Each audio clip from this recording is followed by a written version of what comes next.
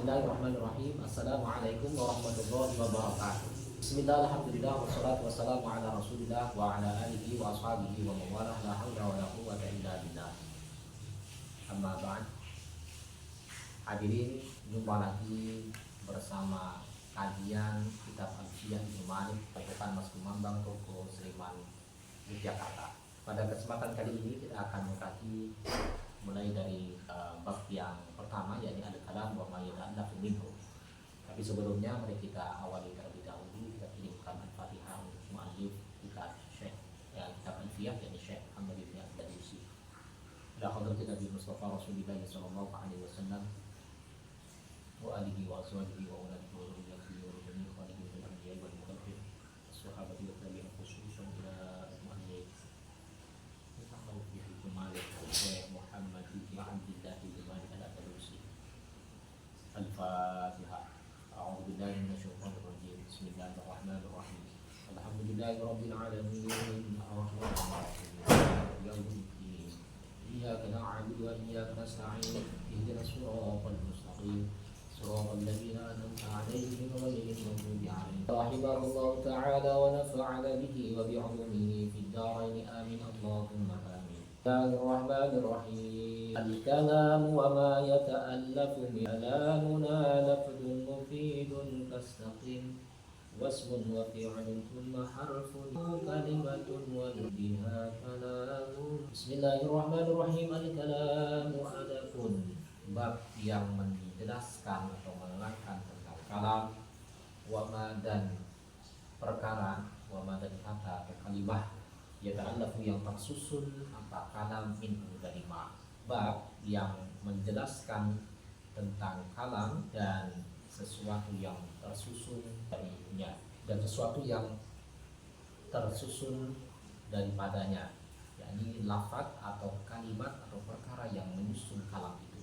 Kalamuna adapun yang dinamakan kalam kami, yakni kalam menurut istilah ulama ahli nahwu itu lafzun lafaz mufidun yang berfaedah secara sempurna kastaqim seperti lafaz istaqim, wasmun dan itu isim, wa fi'lun dan fi'il, thumma harfun kemudian huruf, kalimu adapun itulah yang dinamakan dengan istilah kalim.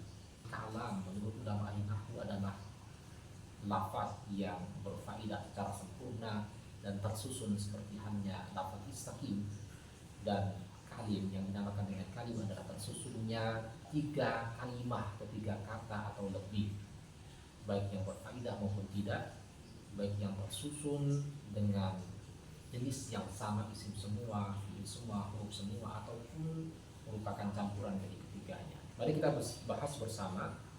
Kalam lafzun mufidun kastaqim, yang dimaksud dengan kalam menurut ulama ahli nahwu adalah mufidun kastaqim.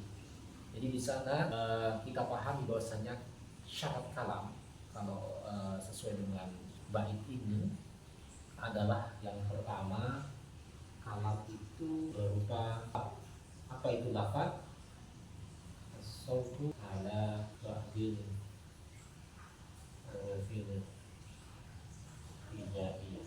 Jadi suara yang mencakup sebagian dari huruf hijaiyah, ini lafaz. Dan lafaz ini adalah lafaz yang suara yang berasal dari manusia, bukan selainnya, sehingga kalau ada suara yang keluar dari selain manusia itu tidak dinamakan dengan lafaz. Dan lafaz itu dilihat dari asal tercetaknya, dia memberikan atau menunjukkan suatu makna dan tidaknya, maka terbagi menjadi 2, lafaz yang ada lafaz yang muhmal itu berarti tidak digunakan untuk menunjukkan arti tertentu, dan musta'mal lafaz yang digunakan untuk menunjukkan makna tertentu seperti lafaz zaidun merupakan lafaz yang menunjukkan nama seseorang, terdiri dari za, ya dan dal.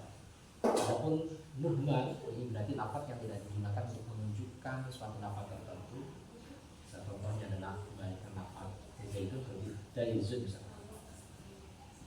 Lafaz yang muhmal tidak digunakan untuk menunjukkan makna. Baik, selanjutnya setelah lafaz ya, yang merupakan kriteria dari kalam adalah yang kedua, berfaedah secara sempurna.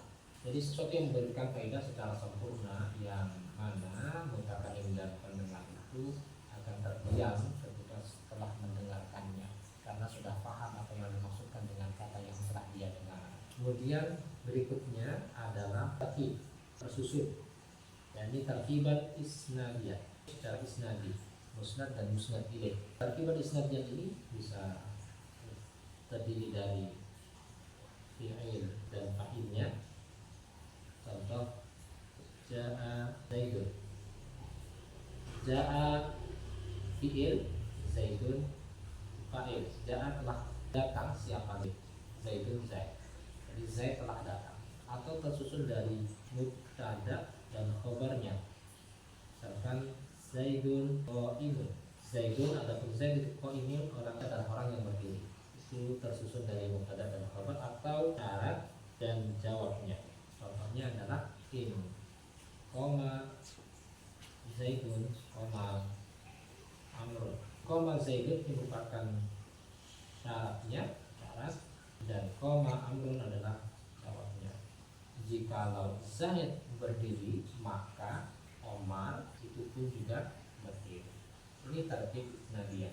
Saya menambahkan juga di dalam seperti yang misalkan di dalam judulnya al-lafzul murakkabul mufid bil wad'i. Berarti tersusun dalam bahasa Arab dan disengaja. Di sini kita bisa pahami bahwasanya kalam itu adalah lafaz yang berfaedah secara sempurna dan yang tersusun. Susunannya dengan susunan isnadi. Pada bait disebutkan istaqim. Istiqomahlah engkau, merupakan fi'il amar dari fi'il madhi istaqama, yastaqim. Istaqim anta, istiqomahlah engkau, satu orang laki-laki. Istiqomah engkau, satu orang laki-laki. Baik, itulah yang merupakan penjelasan dari bagian yang pertama dari bait kalamun ala qulubi dan kastaqim wasmun fi'lun umahal kulikan. Berikutnya adalah penjelasan dari bait berikutnya. Sekarang penjelasan terkait dengan kalim. Penjelasan terkait dengan kalim. Apa itu kalim? Kalim adalah sesuatu yang tersusun dari 3 kata atau lebih. Maka sesuatu yang terdiri atau tersusun dari 3 huruf atau lebih, baik yang memberikan faedah maupun yang tidak memberikan faedah, itu dinamakan dengan kalim. Jadi kalim ma kaba alati kalimatin sawa'un afada au lam. Sesuatu yang tersusun dari 3 kata atau lebih, baik itu yang memberikan faedah maupun yang tidak. Yang memberikan faedah misalkan yang afada ya, yang memberikan faedah contohnya al-ilmu yuraqqil insan. Al-ilmu yuraqqil insan, ilmu itu meninggikan, mengangkat manusia, meninggikan derajat manusia. Ilmu itu mengangkat derajat manusia. Ini merupakan susunan dari 3 kata, al-ilmu, yuraqqi, dan al-insan. Ini berfaedah karena ini merupakan kalimat yang memberikan faedah yang sempurna. Ilmu itu meninggikan atau mengangkat derajat manusia. Kemudian ataupun yang tidak berfaedah, in koma li haruf koma fi'il Zaidun, ini terkumpul 3 kata in koma jika Zaid berdiri. Kenapa dengan Zaid yang berdiri? Ini merupakan contoh dari kalim yang belum memberikan faedah yang sempurna. Beda dengan apa ada yang pada ilmu yuraqqil insan, ini merupakan contoh dari kalim yang sudah memberikan faedah. Ilmu itu mengangkat manusia atau meningkatkan derajat manusia. Baik, itulah yang merupakan penjelasan dari kalim, yakni berkumpulnya 3 kata atau lebih, baik yang berfaedah maupun yang tidak berfaedah, baik yang tersusun dari kata yang sama maupun dari beberapa kata. Selanjutnya kita masuk pada bait berikutnya, wahiduhu kalimatun wal qawlu 'am. wa kalimatun biha kalamun qad yu'am. Wahiduhu adapun mufradnya lafaz kalim iku kalimatun kalimah, lafaz kalimah. Wahiduhu adapun mufradnya bentuk tunggalnya dari lafaz kalim itu kalimatun kata kalimah, itu kalimatun kalimah, lafaz kalimah. Wal qaulu adapun qaul itu am lebih luas cakupannya. Wa kalimatun adapun kalimah biha dengan kalimah kalamun itu adapun kalam qad yu'am itu terkadang diucapkan, dikehendaki atau dimaksudkan apa kalam. Jadi wa kalimatun biha kalamun qad yu'am, kalimah itu kadang digunakan untuk menyebutkan dari kalam. Nah, mari kita bahas bersama untuk wahidu kalimatun wal qawlu an wa kalimatun biha kalamun qad yu'am. Ada 3 pembahasan. Yang pertama wahidu kalimatun. Lafaz kalim ini adalah merupakan isim jenis jamak yang mana bentuk mufradnya itu tinggal menambahkan tak di belakangnya. Kalim adalah merupakan jamaknya, sedangkan bentuk mufradnya adalah kalimat jenis jamak. Ini kalim, maka bentuk mufradnya adalah kalimah. Kumpulan kata-kata ini kalimah adalah satu kata saja. Seperti hanya lafaz baqarun, sapi, itu yang dinamakan kalim. Nah, kalimah sendiri apa? Kalimah sendiri, kata itu adalah al-lafzatu ad-dalatu ala ma'na mufradin bi-dhammi. Al-kalimah ad-dalatu, lafaz yang menunjukkan terhadap ala makna mufradin bi-dhammi. Lafaz yang menunjukkan pada makna tunggal yang disengaja dari asal terbentuknya. Ini yang dimaksudkan kalimah. Kalimah sendiri dari bahasa Arab ada 3, ada isim, ada fi'il, dan juga huruf. Nah, kita akan bahas satu persatu dari isim, fi'il, dan huruf itu. Dan apa yang dimaksud dengan isim? Isim adalah kalimatun dalat ala makna bi nafsiha hari zamanin wa ta'am. Kata yang menunjukkan pada makna dirinya sendiri dan tidak disertai dengan masa, ya, dari asal terletaknya. Contohnya misalkan kata kitabun, buku tidak ada kaitannya dengan masa, tidak menunjukkan kapan, ini tidak ada kaitannya dengan waktu. Kolamun artinya, dan seterusnya. Jadi isim adalah kata yang menunjukkan pada makna dirinya sendiri dan tidak disertai dengan masa. Berikutnya adalah fi'il. Berikutnya adalah fi'il. Apa yang dimaksud dengan fi'il? Fi'il adalah kalimatun dalat ala makna fi nafsiha wa qaranat bi binatif al-fati wa dha'a. Jadi kata yang menunjukkan pada makna di masa dari asal terletaknya, ini asal bidang masa. Contohnya dengan kata zahaba, ini adalah merupakan fi'il madhi menunjukkan makna lampau, telah, ya, berarti telah pergi. Zahaba karena menunjukkan masa lampau, ini telah pergi, merupakan fi'il madhi. Yadhabu ini menunjukkan masa hal sekarang, dan mustaqbal yang akan datang, berarti sedang atau akan pergi. Sedangkan bagian yang ketiga, idhab, ini adalah merupakan kata perintah, ini amar, ya, pergilah. Nah, ini contoh dari fi'il. kata yang menunjukkan pada makna dirinya sendiri dan disertai dengan salah satu dari tiga masa. Apa saja masanya? Yang pertama adalah maudi, lampau, kemudian mudhari ini ada masa hal, dan yang kedua hal ya sekarang, atau dimaknai biasanya dengan kata sedang. Kemudian hal biasanya kalau menunjukkan masa hal berarti sedang pergi, atau mustakbal yang akan datang berarti menunjukkan makna yang akan datang, diartikan akan pergi. Kalau yang berikutnya ilhab ini merupakan fi'il amr, fi'il yang menunjukkan makna perintah berarti artinya pergilah. Baik, itu yang kedua jadi fi'il. Kemudian bagian yang ketiga adalah huruf. Huruf itu definisinya kalimatun dalat ala ma'nan fi ghairiha wa lam taqtarib bi zamani. Kalimatun dalat ala ma'nan fi ghairiha wa lam taqtarib bi zamani. Kalimatun dalat ala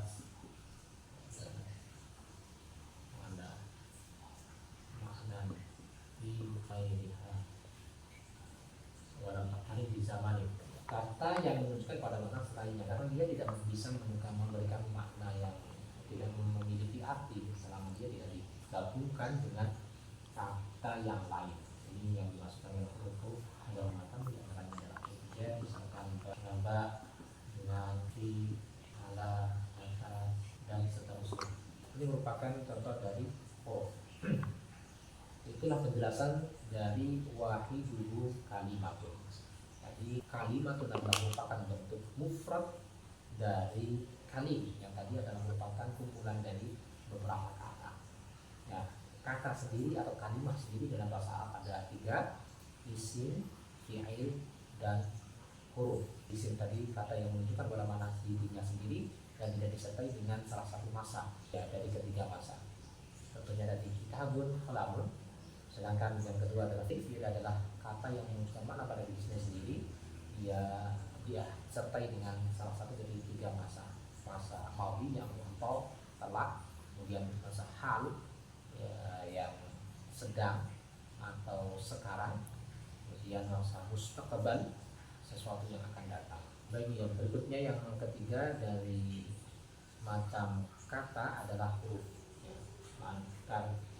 Kalimat ya, yang menunjukkan pada makna selainnya, karena dia tidak dimaknai atau tidak memiliki arti selama dia tidak digabungkan dengan kata yang lain. Ini di fasli di dalam kelas, ala al-maktabi di atas meja, dan seterusnya. Berikutnya wal qaulu am. Wal qaulu am ini maksudnya adalah pengertian dari qaul itu memiliki arti atau pengertian yang lebih umum. Ya, qaul itu memiliki pengertian yang lebih umum dari baik, ya, lebih umum baik dari kalam. Jadi qaul itu maknanya lebih umum dari kalam dan juga lebih umum dari kalim, ya, dan juga lebih umum dari kalimat. Wal qaulu am, wal qaulu am, al qaulu a'ammu minal anahu berfaedah ataupun tidak, berfaedah ataupun tidak. Kalau kalam kan berfaedah, qaul tidak harus berfaedah. Kemudian al-qaulu ammu minal kalim, murakkabun min kalimat ini fa'atta, tersusun dari dua kata atau lebih. Sedangkan kalau kalim itu dia minimal terdiri dari 3 huruf, ya, terdiri dari 3 kata. Kalau qaul dia bisa hanya 2 kata saja. Kalau kalim kan minimal 3, sedangkan qaul boleh dari 2 kata saja, sehingga pengertian qaul lebih umum daripada kalim. Kemudian al-qaulu a'ammu minal kalimah. Qaul itu lebih umum daripada kata atau kalimat, karena dia, kenapa qaul itu lebih umum daripada kalimat? Kata, kalau kata itu kan hanya mufrad, sedangkan qaul bisa mufrad bisa murakkab. Nah, kalimat hanya mufrad dia, sehingga qaul ini maksud dari a'ammu di sini itu berikut. Jadi qaul lebih umum daripada kalam. Kalau kalam hanya mufid, hanya berfaedah, sedangkan qaul bisa berfaedah bisa tidak. Qaul lebih umum daripada kalim karena qaul itu bisa melengkap, bisa melengkap terdiri dari 2 kata saja atau lebih. Sedangkan kalau kalim harus minimal ya 3 kata. Dan berikutnya qaul lebih umum daripada kalimah karena qaul itu disyumulihi karena dia mencakup mufrad dan murakkab, baik yang tunggal maupun yang tersusun. Sedangkan kalau kalimah atau kata saja hanya terdiri dari mufrad satu. Itulah pembahasan yang dimaksud dengan qaul itu sendiri. Berikutnya kalimatun biha kalamun qat'an ini maksudnya adalah terkadang kalam itu diistilahkan dengan kalimah. Susunannya masuk pada susunan kalam, contoh kalam, akan tetapi dia disebut atau diistilahkan dengan kalimah. Misalkan contoh ya, wakil matun biha kalamun qat'an itu ini kan sebenarnya ini susunan kalam, tiada Tuhan yang berhak disembah kecuali Allah, tapi ini diistilahkan dengan kalimah tauhid, kalimat tauhid. Ada juga yang namanya kalimah labid. Kalimah labid itu Allahu Batin Ahimin. Ini kalam kalimah labid, kalimah labid. Ingatlah segala sesuatu selain Allah itu pasti akan batin, dan kerusakannya pasti akan rusak. Wa kullu na'imin wa kullu na'imin, dan segala nikmat la mahalata zaidu, akan hilang, tidak mustahil untuk kenikmatan itu akan hilang. Ini merupakan contoh kalam sebenarnya, tapi diistilahkan dengan kalimah yang diucapkan oleh Nabi sehingga dinamakan kalimah Nabi. Itulah maksud dari wakil matun biha kalamun qat'an. Jadi ada kalanya sudah memenuhi kata yang tersusun itu, sudah memenuhi kriteria dari kalam, akan tetapi dia diistilahkan, dinamakan dengan nama kalimah. Seperti hanya kalimat tauhid, la ilaha illallah, kalimat labid, syai'in ma khalallahu batilu wa kullu ilmin la hadatha zailu. Demikian penjelasan dari bait wahid kalimatul qawlan wa kalimatun biha kalamun qawlan. Semoga bisa dipahami apa yang telah kita kaji pada kesempatan kali ini. Ada 2 bait, hanya 2 bait yang kita kaji pada kesempatan kali ini. Semoga bermanfaat. Insyaallah kita akan lanjutkan pada pertemuan berikutnya. Mari kita akhiri pertemuan ini dengan melakukan hamdalah bersama. Alhamdulillahirabbil alamin. Semoga Allah memberikan kemanfaatan, keberkahan ilmu yang kita pelajari. Amin amin ya rabbal alamin. Saya akhiri wal afu minkum. Assalamualaikum